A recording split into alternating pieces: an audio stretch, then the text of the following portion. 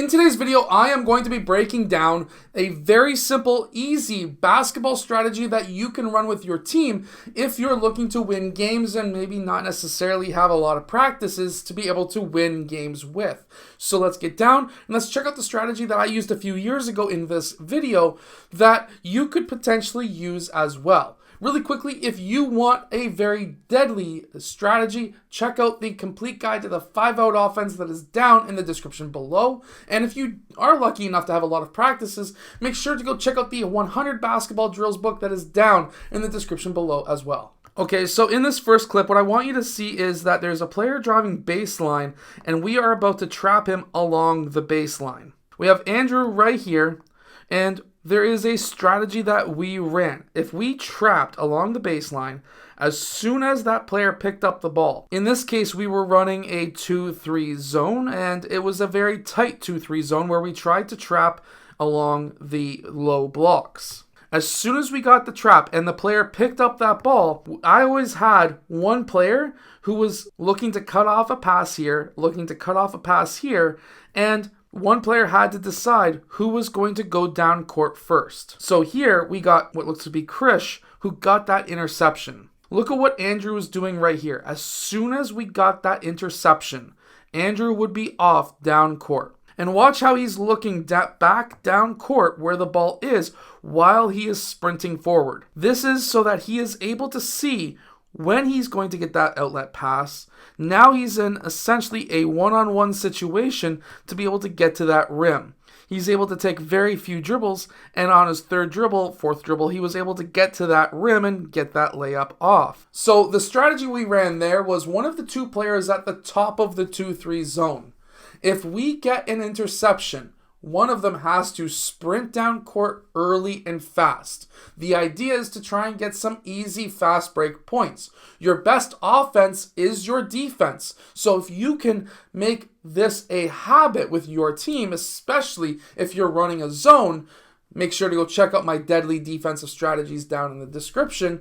But with a zone, you can leak out a player and still have 4 players back in case the interception just never happened. Okay, so in this clip we have Krish, and now this next strategy is a drive, kick, swing. No matter if the other team is running a zone, as I think these guys were running back then, Krish attacked that zone and got the ball into the paint. By driving and then kicking that ball out and then swinging, you are essentially collapsing the defense, and now they have to recover out. Obviously, the other side, that defender is playing extremely tight to David. He was one of our leading scorers, and every team pretty much tries to deny him the ball. But we got that attack to the rim. It was able to collapse 4 defensive players. We were able to kick that ball out to the corner, and then they were able to swing around. Notice how everyone just follows the ball. He's trying to figure out, well, who am I guarding right now? I'm in help or zone or something. And we get that swing, and then essentially a wide open 3-point shot.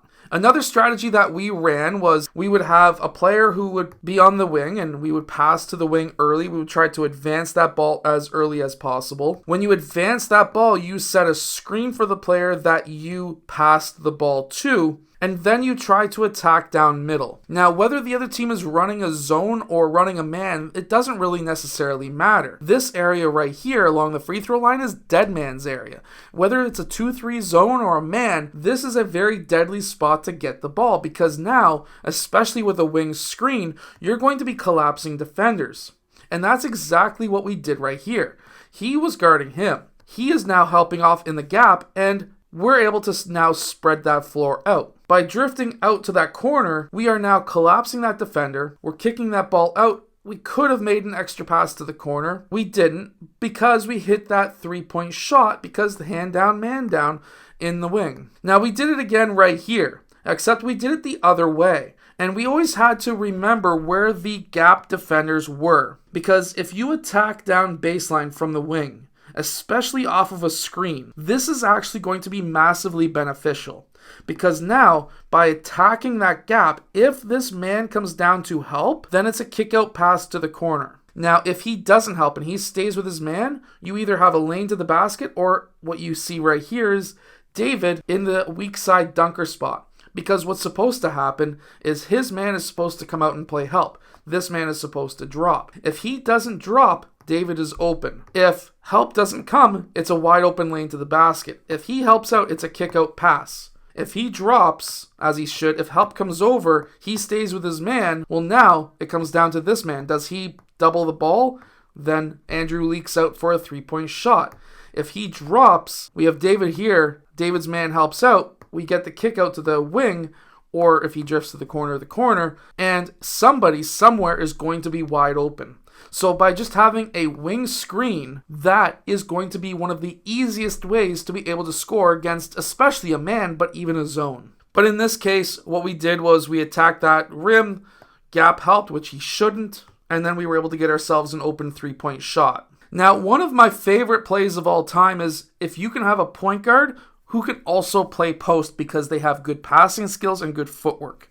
If you've got a point guard who can play all positions, as David can back here. This was when he was grade 7. Technically, it would be grade 6 with his age because of his birthday in the States, but he was grade 7 in Canada, playing up a grade as a grade 8 in a grade 8 league. He would pass, cut. This is one of my favorite plays. So pass to the wing passes to the corner passes into the post because the point guard, in this case David, would cut to the low post. This is a very super simple 5-out play that you can use, and of course the 5-out complete guide is down in the description below. But here, he's able to get that ball into the low post.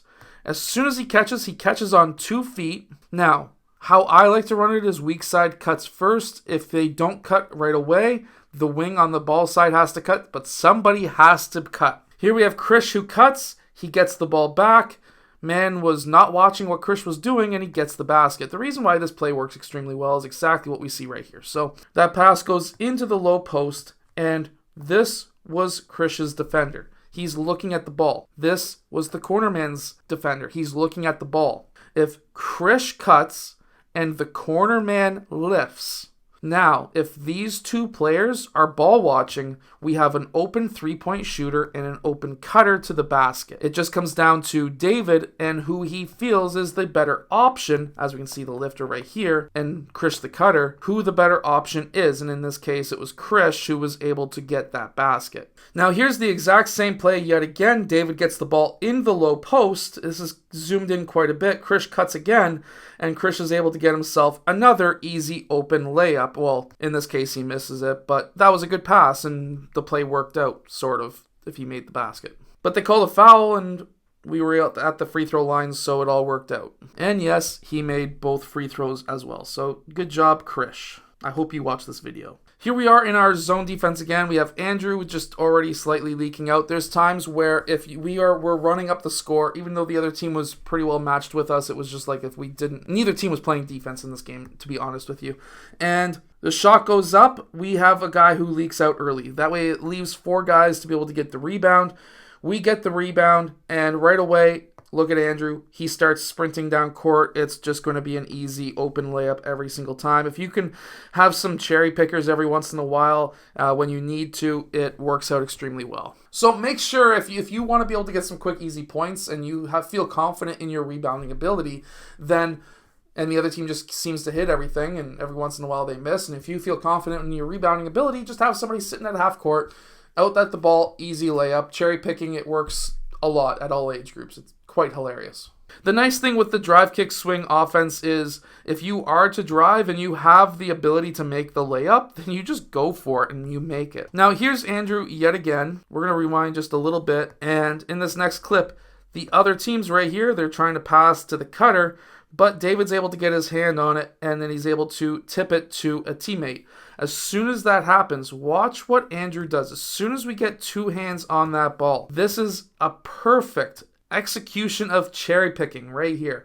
Just sprint down court. We got 2 hands on it. Just go. Just go. We got the easy open layup. So make sure to go check out those books down in the description below. The complete guide to the 5-out offense is a great offense. You can run it with any team against any defense.